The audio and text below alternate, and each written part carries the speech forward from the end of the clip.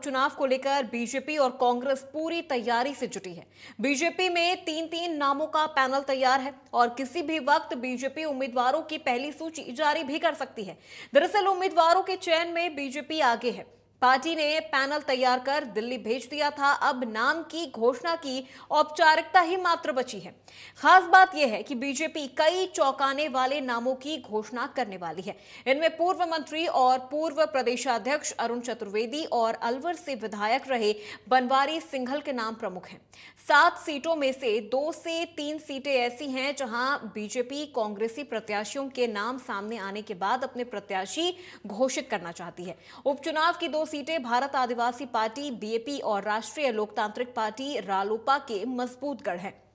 अभी स्पष्ट नहीं है कि ये दोनों पार्टियां 84 और खिंवसर सीट पर अकेले लड़ेंगी या फिर किसी के साथ गठबंधन करेगी। इन सबके बीच सवाल उठता है कि बीजेपी में करीब करीब नाम तय है, तो फिर बीजेपी की लिस्ट कब तक आएगी? दिल्ली में चल रहा मंथन कब तक पूरा होगा? क्या कांग्रेस बीजेपी की लिस्ट आने के बाद अपने पत्ते खोलेगी? और दोनों दलों में उम्मीदवार चयन के क्या पैमाने हैं? इस बार दोनों बड़ी पार्टियां किससे अलायंस करेंगी? इसके अलावा और भी कई सवाल उठते हैं जिन पर हमारी आज की ये बड़ी बहस केंद्रित रहेगी। और चर्चा में हमारे साथ जयपुर स्टूडियो से कुछ खास मेहमान भी जुड़ेंगे।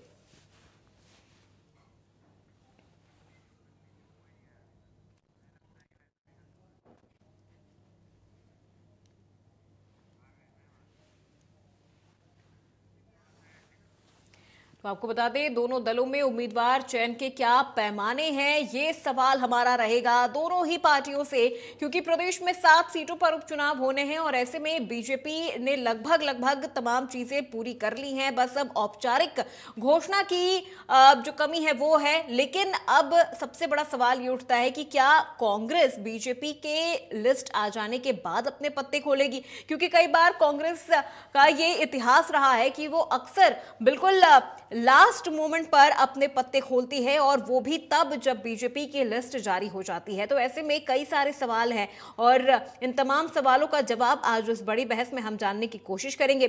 क्योंकि आपको बता दें कि दिल्ली में चल रहा मंथन कब तक पूरा होगा, ये बड़ा सवाल है। क्योंकि सबसे अहम बात यह है कि क्या कांग्रेस बीजेपी की लिस्ट आने के बाद अपने पत्ते खोलेगी।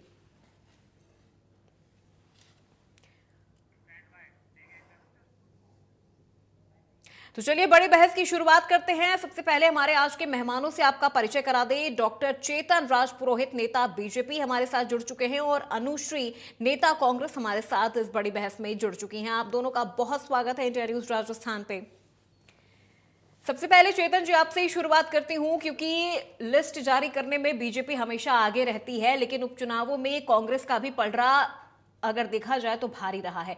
तो अब ऐसे में लिस्ट कब तक आ सकती है, इसको लेकर क्या जानकारी आपके पास है या क्या प्रतिक्रिया आपकी है? जो मंथन चल रहा है दिल्ली में, क्या वो मंथन पूरा हो गया है?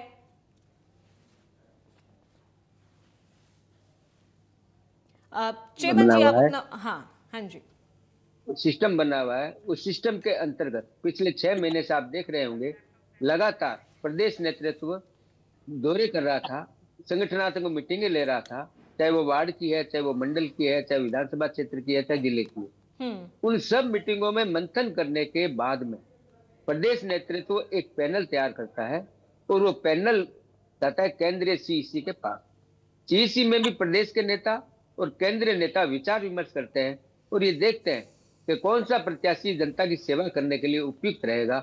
इस सारे पैरामीटर को देखने के बाद में मेन का आपने पूछा क्राइटेरिया क्या होता है टिकट देने का। टिकट देने के क्राइटेरिया क्लियर होता है। सबसे पहले संगठन में सेवा और जनता के बीच में रहने का समय, कितना समय कार्यकर्ता जनता को देता है और जनता के कितने काम करता है, जनता के कितना सहयोग करता है, वो सारे पैमाने जब देख करके, और टिकाऊ और जिताऊ ये 2 फॉर्मूले होते हैं राजनीतिक पार्टी के अंदर। तो हमारी भारतीय जनता पार्टी में टिकाऊ वाली समस्या नहीं है, वो समस्या कांग्रेस के अंदर है। तो हमें जो फैसला लेना है वो हमारे संगठन वार्ड से लेकर के, मंडल से लेकर के, विधानसभा से लेकर के, जिले से लेकर के ये प्रक्रिया हमारी पूरी हो गई है। और हमने बड़ी मेहनत करके, बड़ी ईमानदारी से सभी लोगों से बातचीत करके, समन्वय बैठाकर, सहयोग लेकर के पैनल तैयार किए, पहली बात। दूसरी बात, कार्यकर्ता जब क्षेत्र में जाता है, चुनाव के अंदर जाता है, तो जनता उससे सवाल सवाल पूछती है। पूर्वा जी, भारतीय जनता पार्टी का कार्यकर्ता जाता है तो वो बताता है कि हमारी राज्य सरकार ने और केंद्र सरकार ने आप लोगों के लिए क्या लोक कल्याणकारी काम किए हैं। जैसे मैं आपको उदाहरण देना चाहता हूँ कि राजस्थान माननीय भजनलाल जी की सरकार ने क्या किया। भजनलाल सरकार ने हमने वादा किया था पेट्रोल डीजल हम कम वेट कम करेंगे, 2% वेट हमने कम किया और पेट्रोल 7 रुपए 18 पैसे और डीजल 6 रुपए 60 पैसे हमने सस्ता किया। इसी तरह गेहूं की एमएसपी पर हमने बोनस देने की बात की थी, वो हमने 125 रुपए बोनस दिया। पीएम सम्मान किसान सम्मान निधि जो 6,000 रुपए केंद्र सरकार के, उसमें 2,000 राज्य सरकार ने मिला करके 8,000 करने का हमने वादा किया था, वो हमने किया। हमने पर ईयर 1 लाख नौकरी देने का वादा किया है संकल्प पत्र में हमारे। आपने देखा होगा जिस प्रकार से राजस्थान के इतिहास में पहली बार भर्ती कैलेंडर जारी हुआ है, 70 परीक्षाओं की भर्ती कैलेंडर जारी हुआ है। उसमें यह हुआ है यूपीएससी की तर्ज पर कब परीक्षा होगी और कब परिणाम आएगा, ये दोनों तय किया है। और परीक्षा पारदर्शी तरीके से हो, पारदर्शी तरीके से, और युवाओं के हितों के साथ कुठाराघात नहीं हो। और इसका उदाहरण बताता हूं मैं आपको। अधिकांश बोर्ड ने 90 परीक्षा आयोजित की है। भजनलाल जी भाजपा की सरकार बनने के बाद भजनलाल जी ने एक भी पेपर में कोई प्रॉब्लम नहीं आई। आरपीएससी ने 8 पेपर कंडक्ट किए, कोई समस्या नहीं आई। क्यों नहीं आई? सरकार की नीति और नियत और युवा वर्ग का उत्थान, युवा में उत्साह क्यों आया? जो युवा पिछले 5 साल से प्रताड़ित था, चलिए ठीक है, नौकरियां नहीं मिल रही थी, भर्ती में ठीक है घोटाले हो रहे चेतन जी, थे, पेपर लीक अब हो रहे देखिए थे। सबसे बड़ा चैलेंज आपके पास इस वक्त यही है कि जो दावे जो वादे आपने किए, अब वो दावे वादे वोट में कन्वर्ट होते हैं या नहीं, ये बड़ा चैलेंज है। अनुश्री कांग्रेस की नेता है हमारे साथ, हमारे बड़ी बहस में जुड़ी हुई हैं, उनका रुख कर लेते हैं। अनु देखिए, अब कल से तो हालांकि जो नामांकन की प्रक्रिया है वो शुरू हो जाएगी, लेकिन अभी तक बीजेपी ने अपने पत्ते नहीं खोले हैं। क्या लग रहा है बीजेपी को, कांग्रेस को, माफ कीजिएगा, कांग्रेस को किसका इंतजार है? क्या वो बीजेपी की लिस्ट आने के बाद जैसे हमेशा करती आई है वैसे करेगी? ये देखिए, ऐसी कोई बात नहीं है। टिकट किसको देने हैं ये संगठन में शीर्ष नेतृत्व पे निर्णय चल रहा है। जिस तरीके से, हाँ, मैं बता दूं आपको कि भारतीय जनता पार्टी आज 10 महीने का इनका कार्यकाल हो गया है। तो 10 महीने के कार्यकाल में जनता देख पा रही है कि इन्होंने क्या किया है और क्या नहीं किया है। अभी ये सुशासन की इनकी बात कर रहे थे, 1 लाख जो इन्होंने घोषणा पत्र पे, संकल्प पत्र पे इन्होंने वादा किया था 1 लाख नौकरियां देने का। तो वादा किया था, अभी पूरे कहाँ हुए हैं और पूरे होंगे भी नहीं, क्योंकि 10 महीने की जो इनकी गति है उससे जनता को, आम जनता को पूरी तरीके से समझ आ रहा है कि किस तरीके से इनका सुशासन चल रहा है। मुख्यमंत्री जी को तो पर्यटन करने से फुर्सत नहीं है, क्योंकि आप देखेंगे कल की ही कोटा में घटना है जिसपे भी भारतीय जनता पार्टी आज दिन तक शांत है। कोटा में किस तरीके से कोचिंग इंस्टीट्यूट में लड़की का वीडियो बनाया गया था और पता नहीं कब से बन रहा था वो। इस तरीके की घटनाएं जब सामने आती हैं तो महिला अपराधों को लेके महिला आज कहीं सुरक्षित नहीं है, इवन विद्या के मंदिर तक में सुरक्षित नहीं है। सोमू की घटना ले ले, किस तरीके से मैगी के अंदर नींद की गोलियां मिला के मर्डर किया था। इस तरीके की घटनाएं जो महिला अपराध है वो जरूरत से ज्यादा बढ़ते जा रहे हैं। अब बात लेते हैं पेंशन की। 4 महीने से आप समाज कल्याण का पोर्टल उठा के देखेंगे, 4 महीने से पेंशन नहीं मिल रही है। हमारी योजनाओं को काफी हद तक इन्होंने बंद कर दिया गया है। तो जनता के साथ ये किस तरीके से खिलवाड़ कर रही है तो जनता देख रही है। अब रही बात लिस्ट की, तो लिस्ट पे तो संगठन, हर ही संगठन का आपसी समझ, आपसी निर्णय होते हैं कि किस तरीके से कार्यकर्ता को टिकट देना चाहिए और किस तरीके से नहीं देना चाहिए, क्योंकि हर क्षेत्र की अपनी एक समस्याएं हैं। तो उस तरीके से निर्णय होंगे। ठीक है चेतन जी, क्या जवाब देना चाहेंगे आप? हाँ, हमारे कांग्रेस के प्रवक्ता ने कहा, महिला सुरक्षा की बात की उन्होंने। ये पहली सरकार है भजनलाल जी के नेतृत्व में जिसने महिला डेस्क बनाने की स्थापना करने का काम किया है। पहले किया था क्या कभी? महिला थानों की स्थापना की है। हम लोग महिला सुरक्षा के प्रति बिल्कुल जागरूक है। हमने 5 साल तक ये मुद्दा उठाया है। हम किसी भी सूरत में महिलाओं के सुरक्षा के साथ कोई समझौता कर ही नहीं सकते, सोच ही नहीं सकते हम इस बारे के अंदर। पहली बात। दूसरी बात, बहन ने बात की हमारे बेरोजगारी की। राजस्थान का युवा भूला नहीं है। जो गरीब माँ बाप शहर के अंदर बच्चे को पढ़ाने भेजता था और सुबह 8-9 बजे जो परीक्षा केंद्र पे जाता था उसको पता चलता था पेपर लीक हो गया है। पेपर लीक में कौन लोग इन्वॉल्व थे वो जांच चल रही है, गिरफ्तारियां हो रही है। लेकिन भारतीय जनता पार्टी ने जैसे आपको बताया 90 पेपर करवा दिए, कोई लीक नहीं है। क्यों नहीं हुआ? क्यों? कोई भी सिस्टम का व्यक्ति जब इन्वॉल्व होता है, सत्ता के लोग जब इन्वॉल्व होते हैं, चाहे वो रामू राम नायका हो, चाहे कोई भी हो, जिस प्रकार के कुकृत्य किए थे उनका परिणाम रहा कि इनको राजस्थान की जनता ने विदाई कर दिया। एक बात जरूर कहना चाहता हूँ, कांग्रेस का कार्यकर्ता जब गली में, मोहल्ले में, ढाणी में, गांव में जाएगा तो राजस्थान की जनता पूछेगी कि आप वही लोग हो जिन्होंने 22 पेपर लीक कराए थे, आप वही लोग हो जिन्होंने युवाओं की नौकरियां खा गए थे, आप वही लोग हो जिन्होंने किसानों पे लाठी चलाई, जिन्होंने धरती के पे लाठी चलाई, और अपूर्वा जी इन्होंने वीरंगनाओं तक पे लाठी चढ़ाई। ये जो लाठी तंत्र की जो सरकार 5 साल चली है, इसीलिए राजस्थान की जनता ने इनको विदाई कर दी, इनको वहीं भेज दिया वापस। बीजेपी को क्या लग रहा है, 7 सीटों पर उपचुनाव होने वाले हैं, कई सीटों पर तो देखिए आपकी जो टक्कर है वो कांग्रेस के साथ काफी ज्यादा कड़ी मानी जा रही है, कई ऐसी हॉट सीटें हैं, तो क्या आप अकेले ही चल रहे हैं, बीजेपी अकेले ही चलने वाली है, या किसी तरह का कोई गठबंधन क्षेत्रीय दलों से बीजेपी का हो सकता है भविष्य में? मैं बताता हूं आपको, कांग्रेस कहां है। आरएलपी खिंसर के अंदर हनुमान बेनीवाल पहला चुनाव 35,000 मतों से जीते थे, दूसरा चुनाव उनके भाई नारायण जी बेनीवाल ने लड़ा 6,000 पे आ गए अपूर्वा जी। तीसरा चुनाव अभी लड़ा रेवंत राम जी ढाका के सामने, 2,000 मतों पे आ गए। क्यों आ गए? इसलिए आ गए कि जनता इनके चेहरे को पहचान चुकी है। 35,000 से 2,000 पे हम ले आए 2023 के विधानसभा चुनाव में। इस बार इनको हम हराएंगे और बड़ी ताकत से हराएंगे। क्यों हराएंगे हम इनको? क्योंकि भारतीय जनता पार्टी चुनाव हारती है तो भी समीक्षा करती है। हम लोग हमारी कमियों को पता लगाते हैं और कमियों का पता लगा के उनको दूर करने का प्रयास करते हैं। जब हम 35,000 के मार्जिन को खींवसर में 2,000 पे लाके खड़ा कर दिया और ये चुनाव हम बड़े मार्जिन से जीतेंगे। कांग्रेस क्या करती है? हारती है जब ईवीएम पे आरोप लगाती है, लोकतांत्रिक संस्थाओं पे आरोप लगाती है। चुनाव आयोग कभी ये आत्मविश्लेषण नहीं करते, कभी ये पता करने की कोशिश नहीं करते कि हम चुनाव क्यों आ रहे हैं। यही तो इनके साथ हरियाणा में हुआ। इनके नेता चिल्लाते रहते जीत गए जीत गए जीत गए। जनता की नब्ज नहीं पहचानते हैं, कार्यकर्ता की नब्ज नहीं पहचानते हैं। चलिए ठीक है, अनु जी से जवाब ले लेते हैं। अपूर्वा जी अंतिम बात करके करूंगा। कांग्रेस का कार्यकर्ता सत्ता का कार्यकर्ता है, ये धर्म नहीं निभा सकता विपक्ष का, ये आंदोलन नहीं कर सकता, ये धरने नहीं दे सकता, और ये कंधे ढूंढते हैं। हरियाणा के अंदर इन्होंने किसके कंधे ढूंढे? किसानों का कंधा ढूंढा, खिलाड़ियों का कंधा ढूंढा, क्योंकि इनके पास ना तो काम करने के लिए मेहनत है, ना इनके कार्यकर्ता मेहनत करना चाहते। ये मलाई खाने वाले लोग हैं सत्ता की। ये 5 साल मलाई खाते हैं और विपक्ष में आते हैं ये सो जाते हैं। और तो ये प्रतिपक्ष का धर्म भी नहीं निभाते।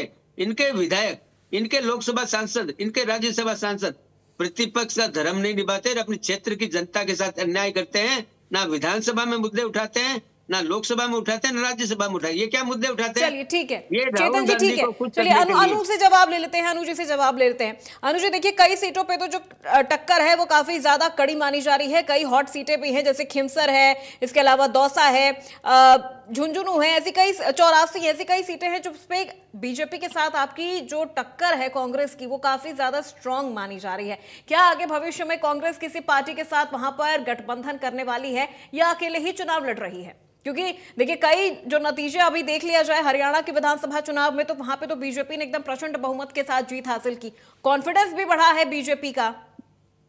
अपूर्वा जी देखिए, हर राज्य के मुद्दे अलग होते हैं, हर राज्य की समस्याएं अलग होती है। अभी 3 सीटों का नाम लिया, 3 सीटों में से दौसा एक ऐसी सीट है, आपको ध्यान भी होगा पहले कि इन्हीं के मंत्री ने बात बोली थी कि यदि दौसा सीट वो नहीं जिता पाए भारतीय जनता पार्टी को तो वो इस्तीफा दे देंगे। तो इनका भारतीय जनता पार्टी का तो कोई स्टैंड ही नहीं है। और दौसा लोकसभा सीट हमने 2 लाख से ज्यादा मतों से जीती थी। तो इसका निर्णय ये नहीं लगा सकते क्योंकि जनता सब कुछ देख रही है। आज ये बात कर रहे हैं कि हमने काम किया, मैंने तो अभी 3-4 मुद्दे उठाए थे, आपने पेंशन की बात पे जवाब नहीं दिया। चेतन जी, आप पेंशन की बात पे जवाब देते थे। किस तरीके की सरकार है कि 6 घंटे पहले कोई आदेश निकलता है और 6 घंटे बाद वो रिवर्ट बैक हो जाता है। तो इनको तो इनके आदेश ही मानने की बात नहीं हो रही है। दूसरी बात ये कि आज ये पेपर लीक की बात कर रहे हैं, पेपर लीक पे कानून हमने बनाया। इसके अलावा अगर ये बात, आज ये इतनी पेपर लीक की बात कर रहे हैं, तो पेपर लीक पे आप क्यों नहीं बोलते? जब एसआई का इतना बड़ा मुद्दा चल रहा है, कमेटी ने मान लिया है कि 50% से ज्यादा धांधली हुई है, तो फिर किसका इंतजार कर रहे हैं कि उस परीक्षा को क्यों नहीं रद्द कर रहे हैं? अब किसका इंतजार कर रहे हैं? जब कमेटी मान चुकी है, गिरफ्तारियां हो चुकी है, तो इनको तुरंत संज्ञान लेना चाहिए।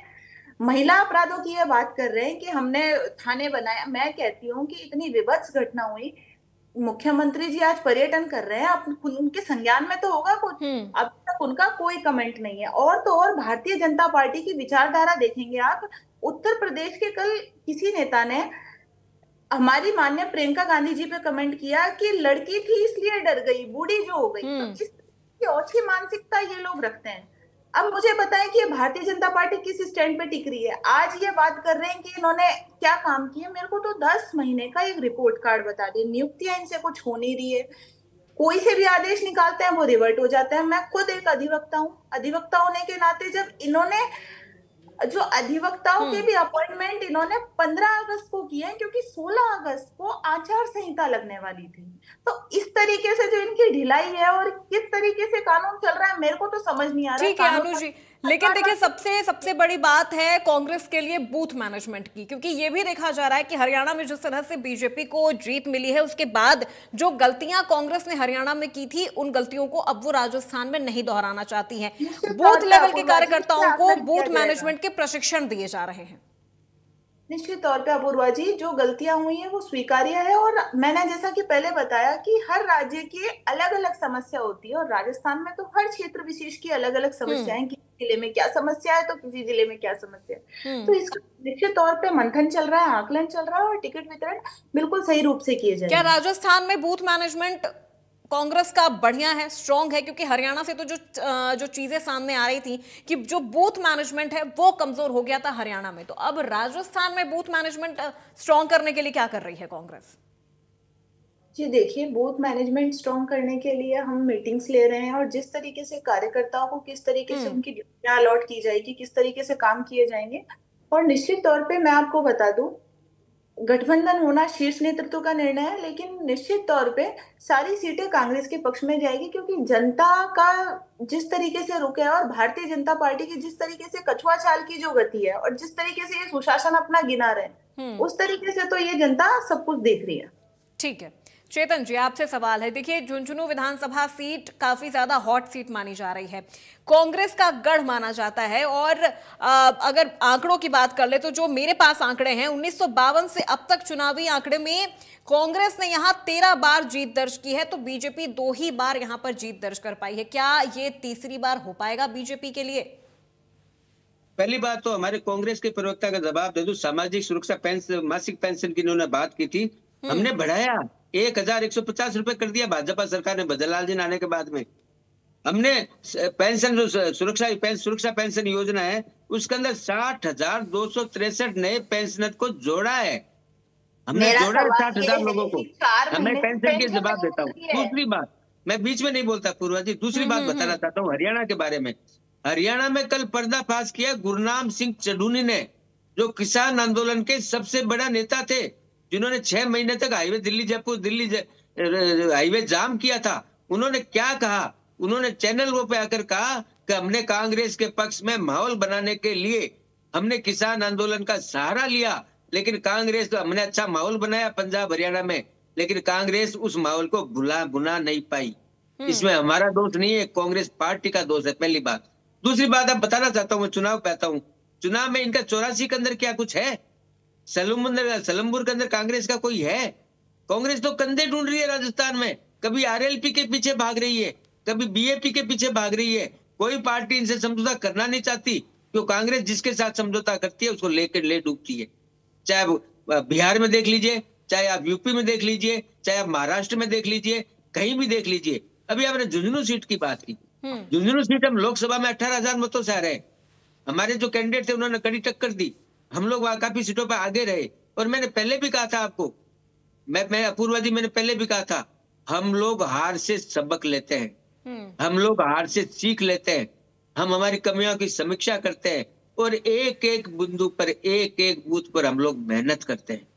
उस मेहनत का नतीजा आता है कि जनता का हमें आशीर्वाद मिलता है।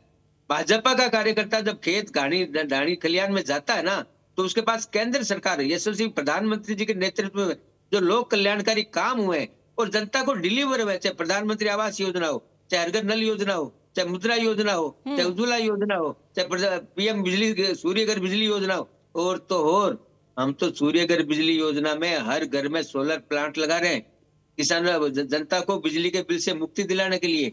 ये कभी 50 यूनिट की बात करते थे, 100 यूनिट की बात दिया किसी को नहीं, इसलिए राजस्थान की जनता ने इनकी विदाई तय कर दी। अब आता हूं मैं चुनाव के मुद्दे पर। मैंने पहले भी कहा था, भारतीय जनता पार्टी को कोई भी दल अगर मदद करना चाहेगा तो कोई मना नहीं है, मदद करने के लिए कोई तैयार नहीं, लेकिन भारतीय जनता पार्टी किसी पार्टी से समझौता करने की दिशा में आगे नहीं बढ़ रही है। ना कोई में लेना देना है। भारतीय जनता पार्टी का संगठन इतना मजबूत है, भारतीय जनता पार्टी के मुख्यमंत्री जी ने इतने काम किए राजस्थान की जनता के लिए, केंद्र सरकार ने इतने काम किए कि हम लोग मजबूती के साथ जनता के बीच में जा रहे हैं। जनता में आशीर्वाद दे रही है, जनता आशीर्वाद कैसे दे रही है? लेकिन चेतन जी देखिए, जो 7 सीटें हैं, जिन 7 सीटों पर उपचुनाव होना है, उनमें से सिर्फ एक ही सीट है एक सीट है सलुम्बर की, जिसपे भाजपा की सरकार है, जिसपे भाजपा के विधायक हैं। बाकी 6 सीटें कांग्रेस के पास हैं, आरएलपी के पास हैं, और जो सीटें हैं वो बीएपी के पास हैं। तो ऐसे में बीजेपी के लिए कितना चुनौतीपूर्ण हो जाता है एक सीट जहां बने रहना और बाकी 6 सीटें जहां वापसी करना। मैंने बताया ना, हम लोग हर चुनाव को चुनौती के रूप में लेते हैं। हम लोग हर चुनाव को गंभीरता के साथ लड़ते हैं, और गंभीरता के साथ लड़ते हैं जब तो हम जीतते हैं। 400 सीटें वाली पार्टी 40 पर क्यों आ गई? क्योंकि अफवाह, झूठ, फरेब, खटाखट फटाफट जो उत्तर प्रदेश में राहुल गांधी ने किया था, महिलाएं कांग्रेस कार्यालय में पहुंच गई, 8,000 रुपया जमा कराइए, क्यों नहीं कराया आपने? ऐसी जो झूठ फरेब की राजनीति है वो जनता ज्यादा दिन नहीं चलती है अपूर्वा जी, जनता विदाई करती है और जगह जगह सिकी है। आज क्या स्थिति है कांग्रेस की? कांग्रेस की स्थिति इसलिए है कि कांग्रेस के पास ना तो नेतृत्व है, ना केंद्र में नेतृत्व है, ना प्रदेश में नेतृत्व। राहुल गांधी को बहुत बार लॉन्च कर लिया, 52 चुनाव हार चुके हैं, अभी तक लॉन्च नहीं हो पाई। रॉकेट के बूस्टर फेल हो गए, लेकिन लॉन्च नहीं हो पाए। बीजेपी के पास यशस्वी प्रधानमंत्री जैसा सक्षम नेतृत्व है, लोक कल्याणकारी काम में। राजस्थान के अंदर भजनलाल जी के नेतृत्व में यशस्वी मुख्यमंत्री है, जनता के प्रति समर्पित है, 18-18 घंटे काम करने वाले हैं। ये वो सरकार नहीं है जो होटलों से चलती है, ये वो सरकार के मुख्यमंत्री नहीं है जो अपने डिप्टी सीएम को आवारा निकम्मा गद्दार कहे, ये वो सरकार नहीं है जो अपने विधायकों पर राजद्रोह का केस दर्ज करे, ये वो सरकार नहीं है। ये सरकार जनता की सेवा करने के लिए आई है, और जनता की सेवा करने के लिए जो सरकार आई है, वो जनता का हमने जो संकल्प पत्र दिया है वो हमारे लिए गीता है। हम एक एक अक्षर को इम्प्लीमेंट करें। ईआरसीपी की 5 साल तक इन्होंने गीत गाया, राजस्थान के अंदर कुछ नहीं किया। भारतीय जनता पार्टी सरकार ने 15 दिन के अंदर एमओयू करके दिखाया, अब उद्घाटन होने वाला है, यशस्वी प्रधानमंत्री जी उद्घाटन करने आ रहे हैं। यमुना जल समझौता नहीं हुआ इनसे, हमने करके दिखाया। क्यों करके दिखाया? कि हमारे अंदर सोच थी, नियत थी, नियत और नीति दोनों हमारी साफ है। हम जनता के बीच में जाते हैं, ताल ठोक करके जाता कार्यकर्ता, क्योंकि उसके पास बोलने के लिए कांग्रेस का कार्यकर्ता जो जाता है, पहली बात है कांग्रेस का कार्यकर्ता जाता ही नहीं है, वो सत्ता भोगी कार्यकर्ता है अपूर्वा जी, वो विपक्ष में नहीं रहता। राजस्थान की विधानसभा में कांग्रेस के विधायकों ने आज तक अपने क्षेत्र के मुद्दे नहीं उठाए। बॉयकॉट किया था, किस बात पे किया? जनता के मुद्दों पे बॉयकॉट नहीं करती है कांग्रेस, कांग्रेस करती है अपने। अनुश्री से जवाब ले लेते हैं, अनुश्री से जवाब ले लेते हैं कि कितनी मजबूत इस बार कांग्रेस की तैयारियां जमीनी स्तर पर नजर आ रही हैं, क्योंकि 7 सीटें हैं। क्या लग रहा है इन 7 सीटों पर कांग्रेस का हाथ का जो पंजा है वो छपेगा, या कई सीटें ऐसी हैं जहां पे कांग्रेस की सीधी लड़ाई बीजेपी से है? अपूर्वा जी, मैंने आपको पहले भी बताया है, और जिस तरीके से मैं वापस बता दूं, अभी चेतन जी जिस तरीके से बात बता रहे थे, इन्होंने पेंशन की बात बोली कि पेंशन हमने बढ़ा दी है, लेकिन मेरा सवाल तो ये है कि पिछले 4 महीने से पेंशन ही नहीं आई है। अगर आप समाज कल्याण का पोर्टल उठा के देखेंगे, बीच में कुछ समय पहले न्यूज चलाई गई थी कि साल भर से स्कूटियां खराब हो रही है महिलाओं को देने के लिए, तो वो जो स्कूटियां थी उनका क्या हुआ? अभी तक तो आपने उनका वितरण किया नहीं है। आप कांग्रेस की बुराई करते हैं, लेकिन सत्ता में आए हुए आपको 10 महीने हो गए, 10 महीने की बात बता दीजिए। अभी झुंझुनू की यह बात कर रहे थे, झुंझुनू के सटकर एक जिला है सीकर। आज राजस्थान पत्रिका की अगर आप न्यूज उठा के देखेंगे तो इनके शिक्षा मंत्री का इतना भद्दा बयान है कि महिला शिक्षकों को लेकर कि कुछ महिला शिक्षकें कम कपड़े में आती है तो बच्चे क्या सीखेंगे। तो इस तरीके की मानसिकता तो ये रखते हैं, तो क्षेत्र विशेष पे क्या फर्क पड़ेगा? अपूर्वा जी, आप भी महिला है, मैं भी महिला हूँ, सब समझ सकते हैं किस तरीके से ये मानसिकता रखते हैं। दूसरी बात ये, मैं तो सिर्फ इनसे ये बात कर रही हूँ कि इन्होंने बजट में दुनिया भर की घोषणाएं करी, अभी ये दुनिया भर की बातें गिना रहे हैं। आप तो ये बताइए कि घोषणाएं करी वो सारी आने वाले फ्यूचर में होगी, कब होगी? आपने 10 महीने के कार्यकाल में क्या किया, आप ये बता दीजिए ना। कानून व्यवस्था पूरी चूर चूर हो चुकी है। कानून मंत्री को अपने परिवारवाद से ऊंचा उठने की कोई दिख नहीं रहा है। मुख्यमंत्री के बेटे जो हैं वो भरतपुर में खुद कानून व्यवस्था को खुद संभाल रहे हैं, तो परिवारवाद। ठीक है अनुश्री जी, देखिए चुनाव से जुड़ा एक सवाल यहाँ पर है। बात अगर सीटों की कर ली जाए तो डूंगरपुर जिले की 84 विधानसभा सीट है जहां पे त्रिकोणीय मुकाबला है, और पिछले चुनाव में बीजेपी कांग्रेस दोनों को हार का सामना करना पड़ा था। इस बार इस सीट को लेकर क्या तैयारी कांग्रेस की है?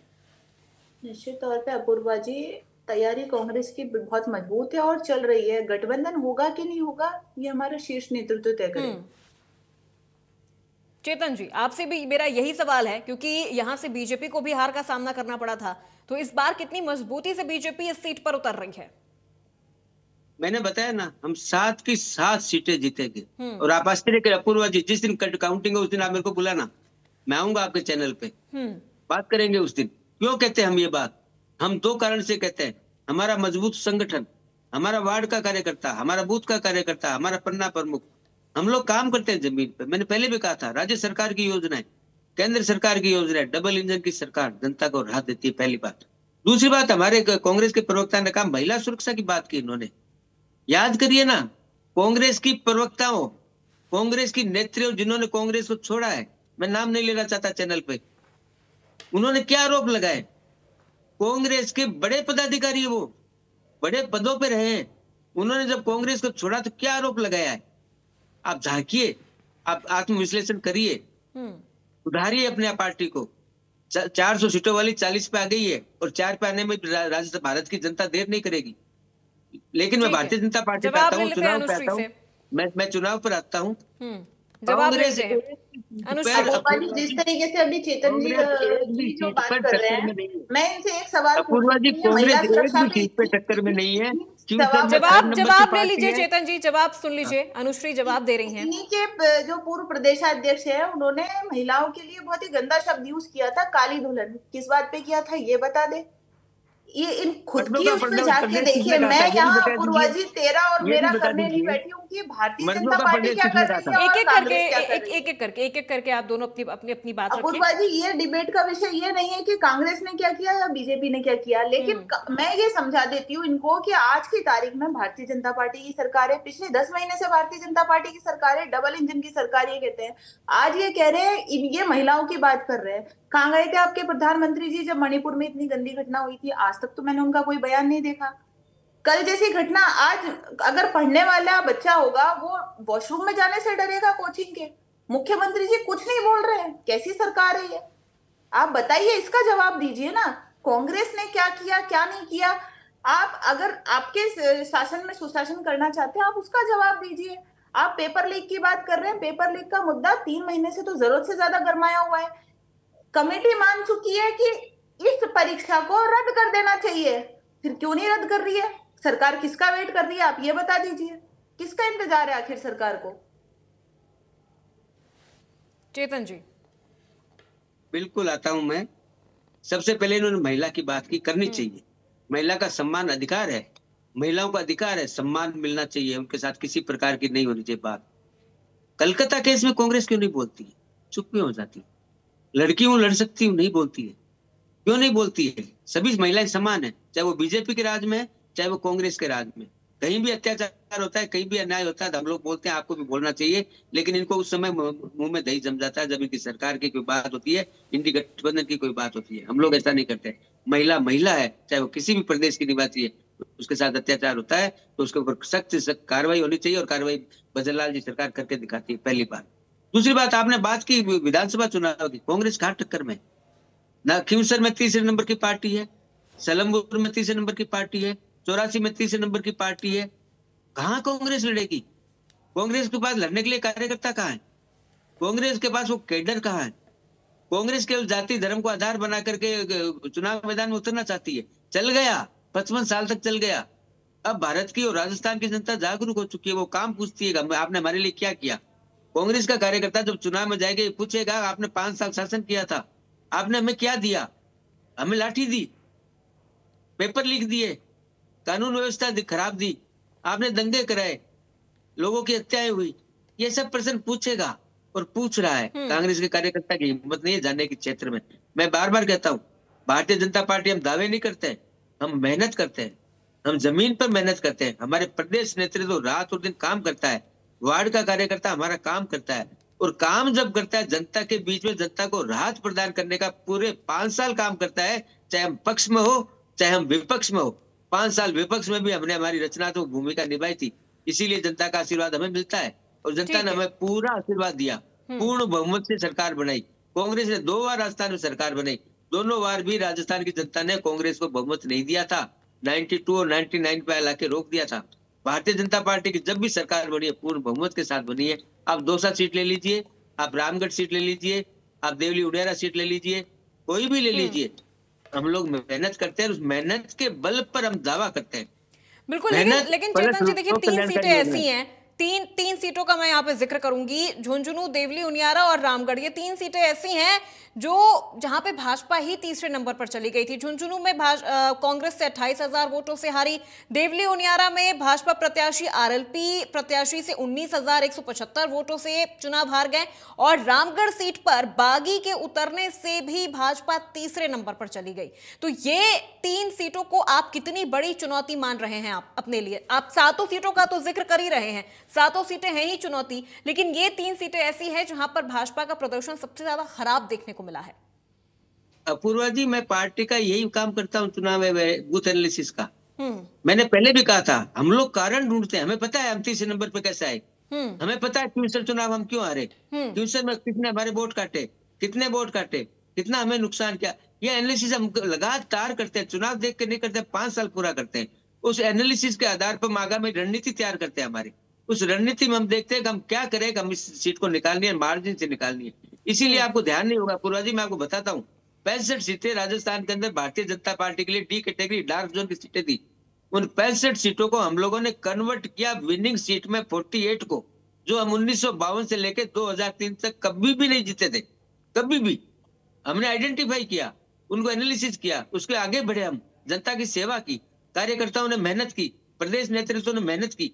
और तो और वर्तमान में डबल इंजन की जो सरकार है, मैंने आपको उदाहरण दिया यमुना जल समझौते का, मैंने आपको उदाहरण दिया ईआरसीपी योजना का, करके दिखाया हमने। हम डिलीवर करते हैं, हमारे संकल्प पत्र की एक एक वादे को हम पूरा कर रहे हैं, जनता देख रही है। और इसीलिए मैं कहता हूं, मैं कभी हवा में बात नहीं करता पूर्वा जी, ना मैं झूठे घोषणा करता हूँ। हमने जो मेहनत की है, हमने जो काम किए जनता के, जनता आशीर्वाद देती है और दिया है। मोदी जी को केंद्र में प्रधानमंत्री 302, आप सोचिए, एक समय हम दो सांसदों की पार्टी हुआ करते थे, वहां से हम आगे बढ़े। कांग्रेस नीचे आ रही है लगातार। नीचे क्यों आ रही है? कांग्रेस आत्मविश्लेषण नहीं करती है। जीत जाती है जब तो ईवीएम अच्छी हो जाती है, हार जाते हैं जब ईवीएम खराब हो जाती है। जीत जाते हैं जब चुनाव आयोग अच्छा हो जाता है, हार जाते हैं जब चुनाव आयोग खराब हो जाता है। और लोकतांत्रिक संस्थाओं पे हमला करना कांग्रेस की संस्कृति बन गई है। और अब तो स्थिति यहाँ तक आ गई है कि मोदी विरोध के नाम पे देश विरोध तक ये नहीं चूक रहे। विदेश की धरती पर जब जाते हैं तो आरक्षण समाप्त करने की बात करते हैं। भारत की धरती पर क्यों नहीं करते आरक्षण समाप्त करने की बात? ठीक है, देखिए विदेश की धरती पर जाके क्यों करते हैं? चलिए ठीक है, अनुश्री से जवाब ले लेती हूँ। अनुश्री, चेतन जी ने जो कहा उसका तो जवाब मैं आपसे लूंगी, लेकिन देखिए 4 सीटें ऐसी हैं जहां पे अब कांग्रेस के लिए सबसे बड़ी चुनौती हो गई है। 4 सीटें हैं, 84, खिंवसर, सलुम्बर और रामगढ़। ये 4 सीटें ऐसी हैं जहां पे कांग्रेस के लिए भी एक बड़ी चुनौती है। इन 4 सीटों को लेकर बूथ मैनेजमेंट किस तरह से किया जा रहा है और ग्राउंड लेवल पर किस तरह से तैयारी कांग्रेस की है, मैं चाहूंगी वो आप एक बार वो भी हमें बताएं। अपूर्वा जी, रामगढ़ की अगर बात ले तो रामगढ़ में स्थिति काफी हद तक हमारी मजबूत है। आने वाले समय में चुनाव में रिजल्ट भी, नतीजे सबके सामने होंगे। अब आप 3 सीटों की बात लेते हैं तो 3 सीटों पे हम हमारा आकलन भी कर रहे हैं कि हम कितनी बेटर परफॉर्मेंस कर सकते हैं, नहीं कर सकते। अभी पार्टी स्तर पे कुछ तय नहीं है कि हमारा अलायंस भी होगा कि नहीं होगा, तो ये सब चीजें तो बात का विषय है। लेकिन कांग्रेस अपने स्तर पे पूरी तरीके से तैयारी कर रही है। लेकिन 2 सीटों पे तो बीएपी और आरएलपी के गठबंधन को लेकर भी काफी ज्यादा शोर सुनाई दे रहा है, खिंवसर और 84। मैंने आपको वही बात बोली ना कि जो 2 सीटें हैं उन पे अलायंस होगा कि नहीं होगा ये पार्टी के शीर्ष नेतृत्व पे तय होगा। लेकिन कांग्रेस अपने स्तर पे, जमीनी स्तर पे पूरी तरीके से काम कर रही है और निश्चित तौर पे आप देख लेंगे जनता इनको मुंह तोड़ जवाब देगी। जिस तरीके से एक सीट पे राजस्थान में बाद में चुनाव हुआ था और जब भारतीय जनता पार्टी पूरी तरीके से बिल्कुल अहंकार में आ चुकी थी कि हम चुनाव जीत रहे हैं और किस तरीके से इनको हार का सामना करना पड़ा था। उसके बाद दौसा की अगर बात ले ले तो लोकसभा में इन्हीं के माननीय मंत्री ने क्या कहा था और 2 लाख से ये खुद ही हारे थे। तो इनको अपना अहंकार छोड़ के जमीनी स्तर पे काम करने की जरूरत से ज्यादा जरूरत है और इनको खुद का आकलन करना चाहिए कि इन्होंने किस तरीके से वर्क रिपोर्ट की है, क्योंकि मेरे को नहीं लगता कि इन्होंने कोई काम किया है। अभी ये बात कर रहे हैं कि बिल्कुल इनको खुद का आकलन करना चाहिए कि किस तरीके से काम कर रहे हैं। इनको अपने वर्क रिपोर्ट की बात करनी चाहिए, ना कि धर्म विशेष की राजनीति फैलानी चाहिए। चलिए ये ठीक है, इससे आगे नहीं अनुश्री, बढ़े। अब एक सवाल और आपसे मेरा यहाँ पे है, अगर उम्मीदवारों के चयन की बात की जाए, क्या पैमाने इस बार कांग्रेस ने सेट किए हैं उम्मीदवारों के चयन को लेकर?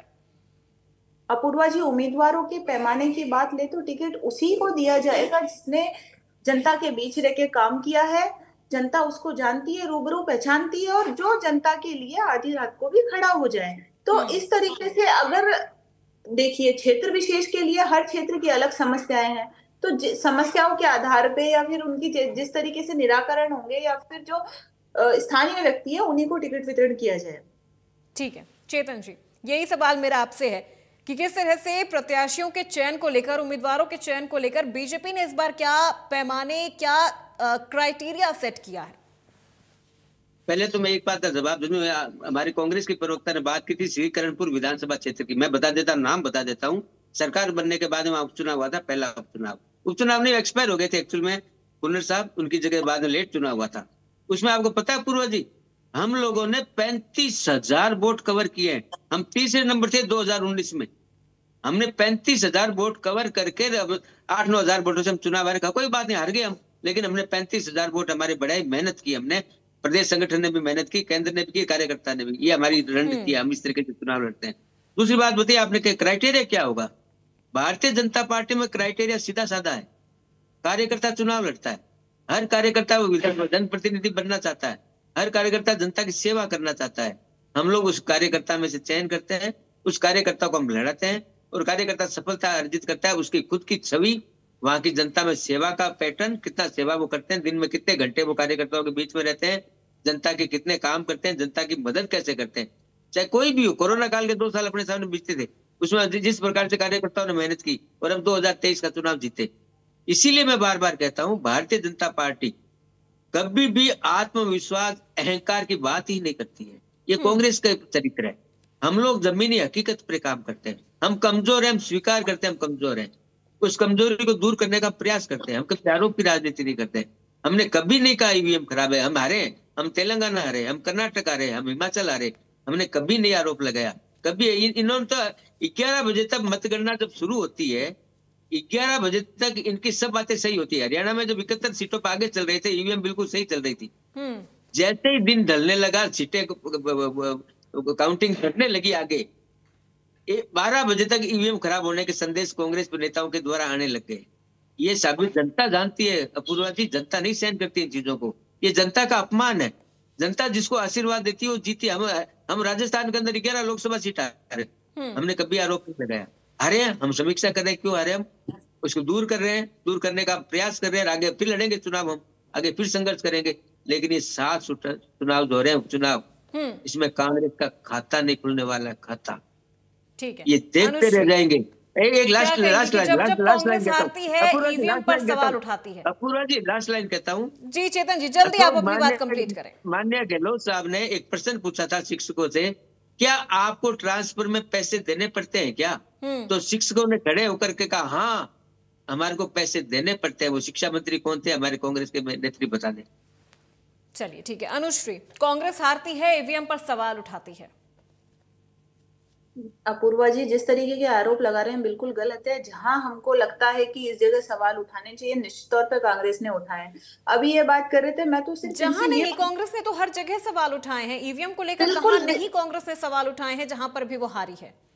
अपूर्वा जी, इसके लिए मेरे को नहीं लगता किसी चीज का विरोध करना गलत है। भारतीय जनता पार्टी को यदि किसी बात का विरोध करना लगता है तो उनको करना चाहिए, लेकिन अभी तक चेतन जी अपने वर्क प्रगति नहीं बता पाए। मैं अभी ये हमारे माननीय मुख्यमंत्री जी की बात कर रहे थे, मैं इनसे पूछना चाहूंगी, इनके मुख्यमंत्री जी खुद भी कोई निर्णय ले पाते हैं कि या सिर्फ एकदम उनको कोई निर्णय लेने का ही हक नहीं है? क्योंकि जब ये मुख्यमंत्री बने थे, मुख्यमंत्री जी का पहले का ट्वीट था कि यदि राजस्थान में किसी गरीब को हॉस्पिटल में खड़े रहने की जगह दी है तो वो माननीय अशोक गहलोत जी ने दिए। इन्हीं के माननीय मुख्यमंत्री भजनलाल शर्मा जी का ट्वीट था। फिर क्यों इन्होंने हमारी चिरंजीवी योजना का पैसा इतना कम कर दिया है कि आज गरीब हॉस्पिटल जाने से भी कतरा रहा है?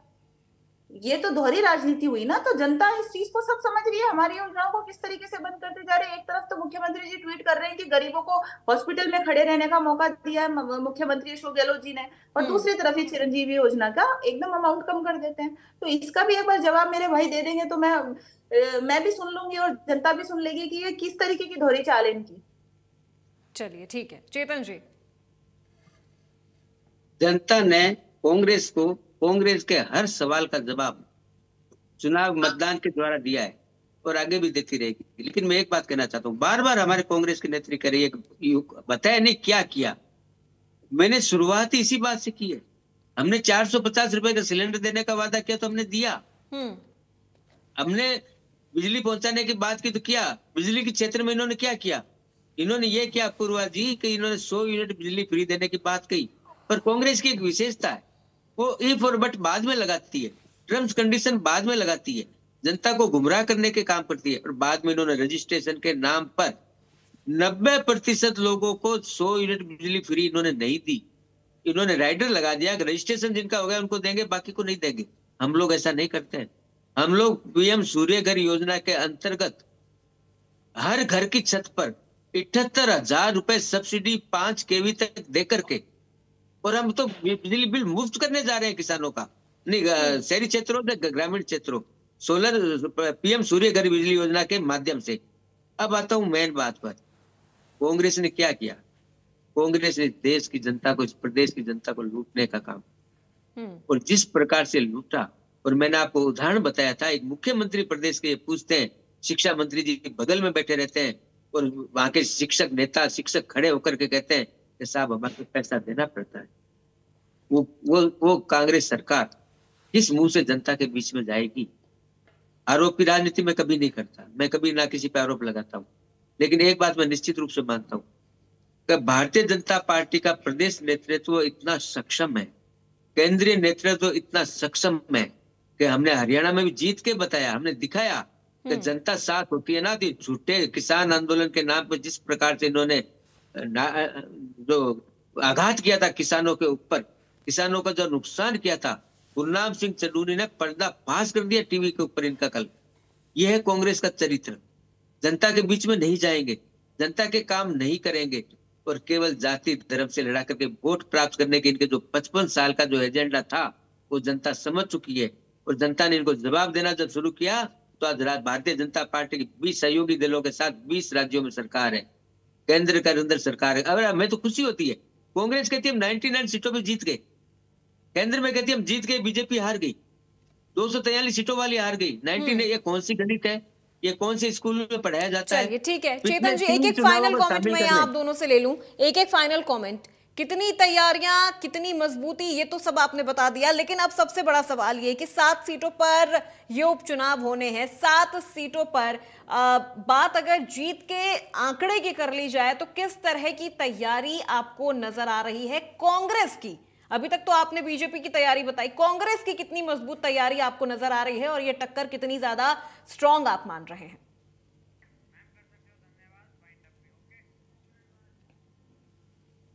चेतन जी।